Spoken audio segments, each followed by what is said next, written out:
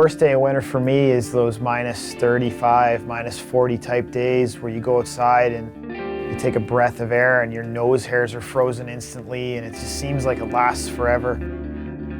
Winter seems to be so long here in Alberta. It starts in October and runs right through into April. It happens always in January for me.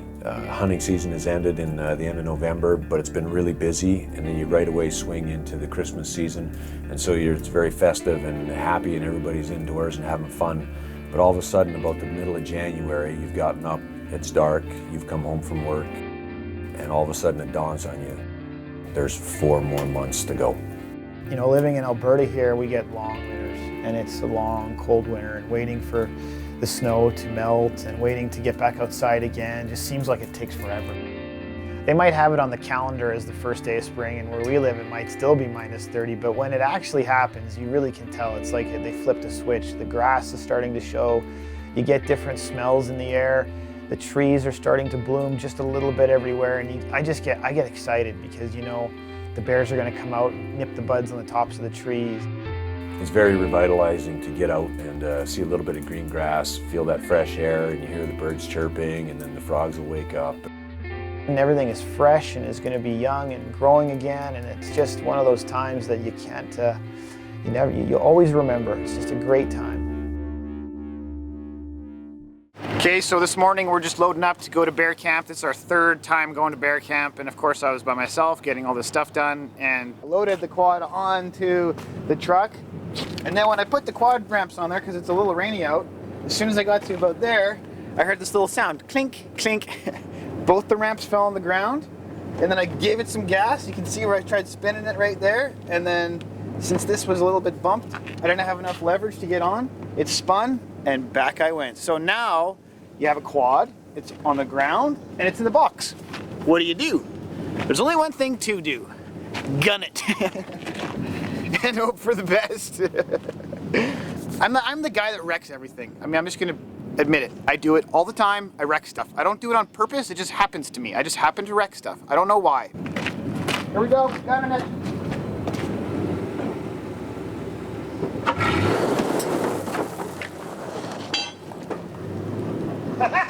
Yes! That worked good. Well, that's the tip of the day. You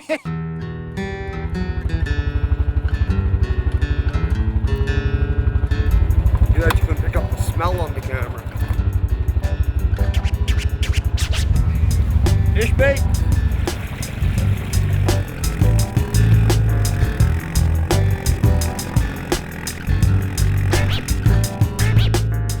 We had one earlier this spring that one of our baits that we thought was maybe a grizzly. The bears had come in and had dug probably a 2-foot hole, probably around 4 or 5 feet in diameter, and threw the barrel, our bait barrel, into the hole just to show dominance.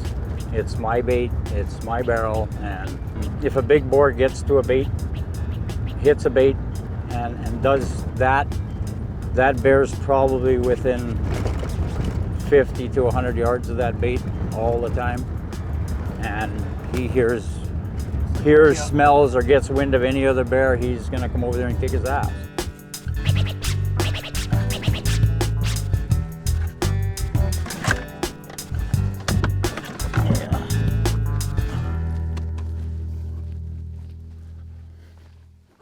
One of my tricks when I come in is something I always do, and it's like a dinner bell for them. Just rattle that barrel, beat it up, hit it with a stick. It just lets them know on a daily basis that you're here, and it just keeps them coming in more consistent.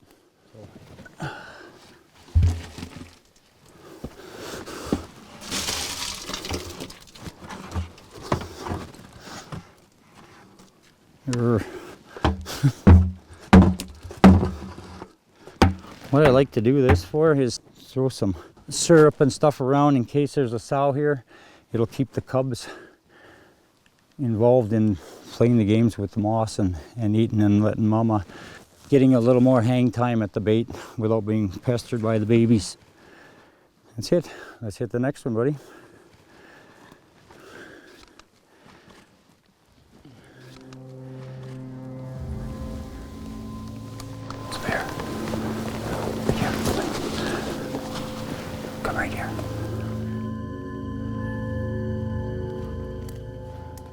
Hey, buddy.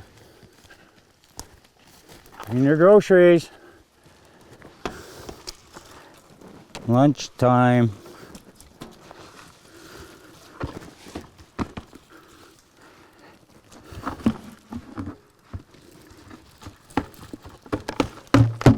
Green, green. Nice.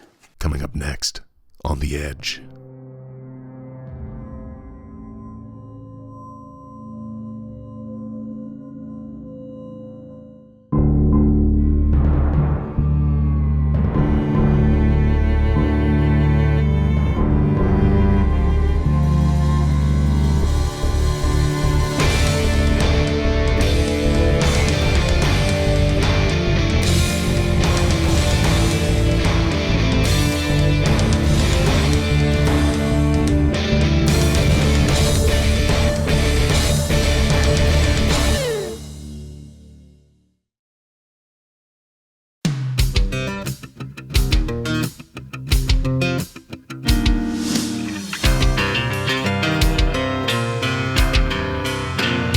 Live on the edge, 'cause brother, win or lose, it's all in what you do with the chance you're given. Yeah, through the wind and rain, you feel your heart pounding. You got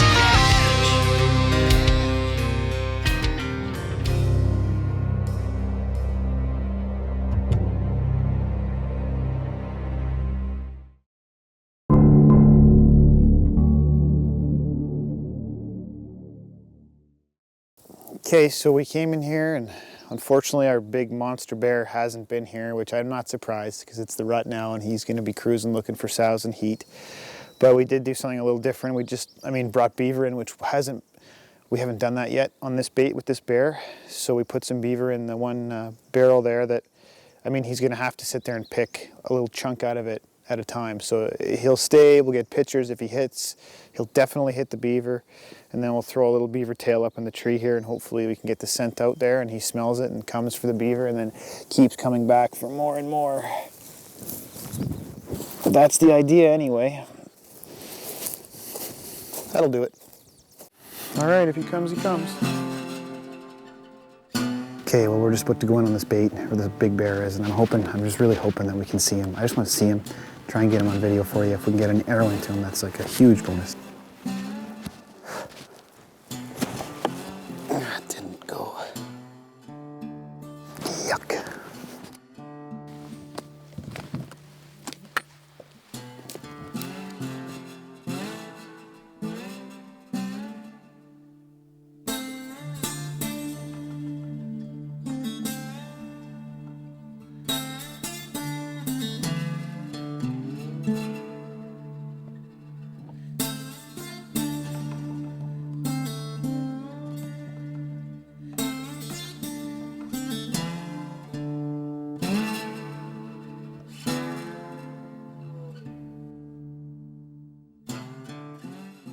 The single sow just came down the hill. She grabbed some food. She was really spooky. She kept looking back that way. Then she took a little bit of beaver and went back in the bush. It's been about two and a half hours now that we've been sitting, so I think he's around. I just got the feeling that he's here. All we can do is wait. It's a waiting game. Just wait. But it's kind of spooky.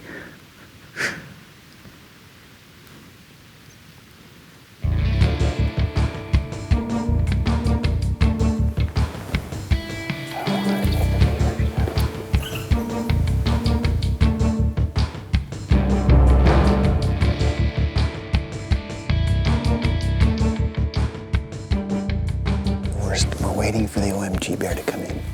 He just doesn't come in, but the other bears come in and steal the beaver every time.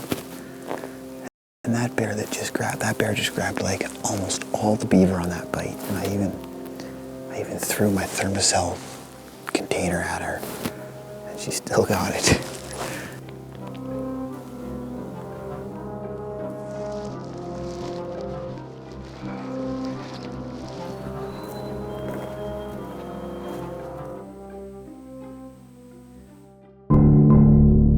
Alright, we're just heading into the stand right now.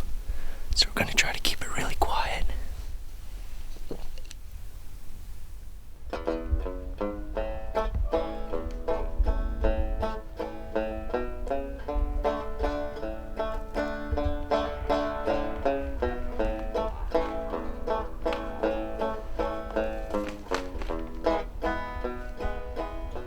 That's awesome.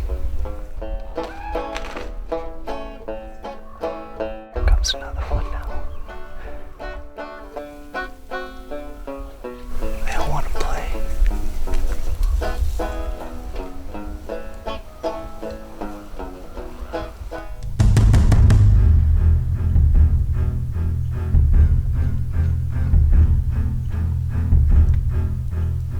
Okay, go ahead and get on him. I'm gonna take him.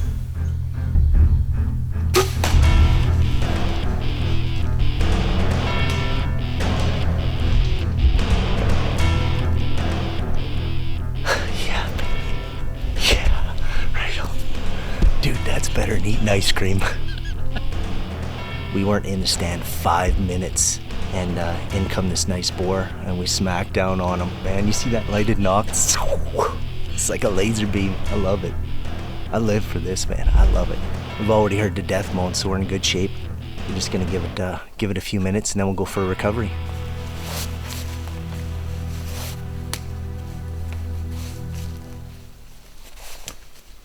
Couldn't be happier. Just as we thought, he probably went maybe 30, 40 yards from the bait site. Just put a really good hit on him. That's one of the advantages of actually baiting the black bear. For a dangerous animal such as this, and I don't want to go overboard, but it's super nice to have him come into a controlled environment in order for you to get a lethal shot on him. You're not taking, you got all the time in the world to take that right shot. So couldn't be happier.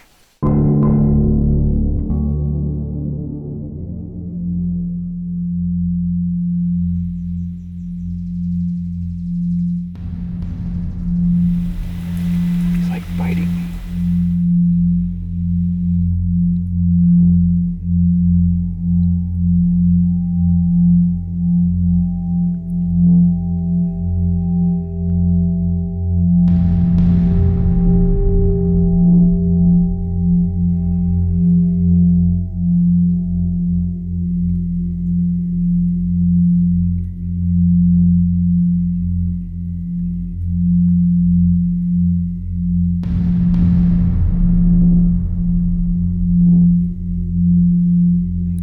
Mr. Sneaky Bear that won't come anywhere into any lane.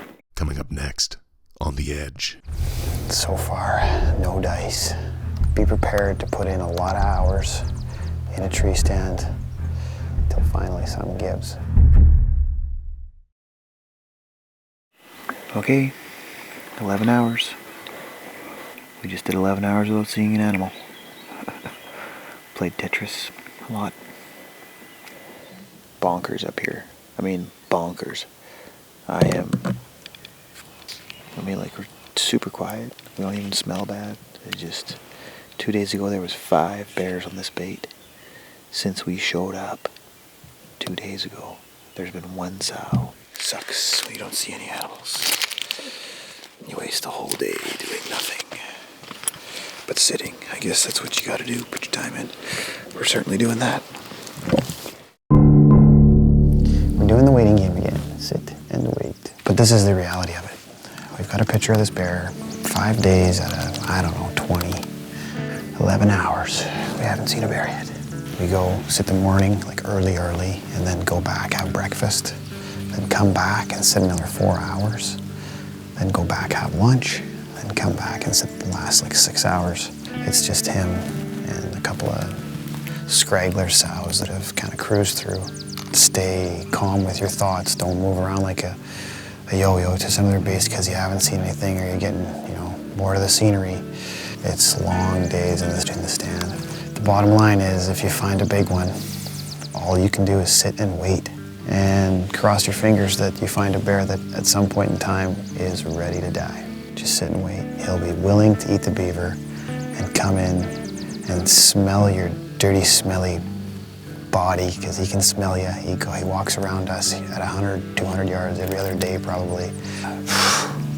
and just doesn't come in because he knows we're here, when he's willing to take that beaver, and you'll get your shot. So,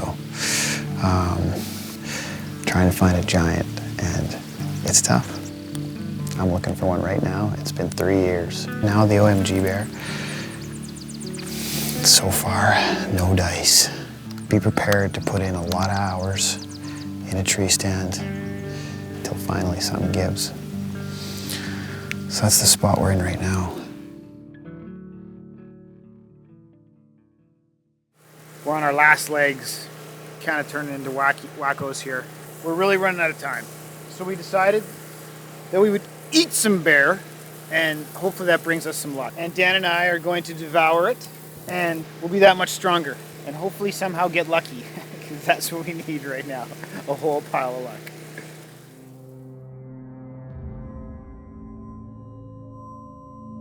Okay, so Dan and I just ate some bear and it was really good. So we decided we're gonna check a couple of baits. We're just gonna walk in real quiet and see if we can't get a rug steak. I'm not looking for a big bear, I'm just looking for a rug steak. Let's go get one.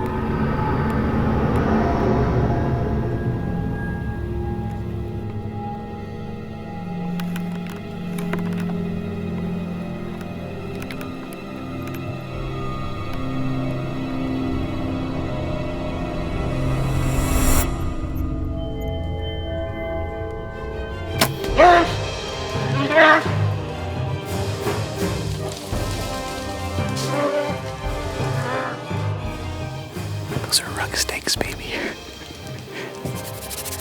I'm gonna be eating him tonight. Dinner, Dan 40. We got dinner.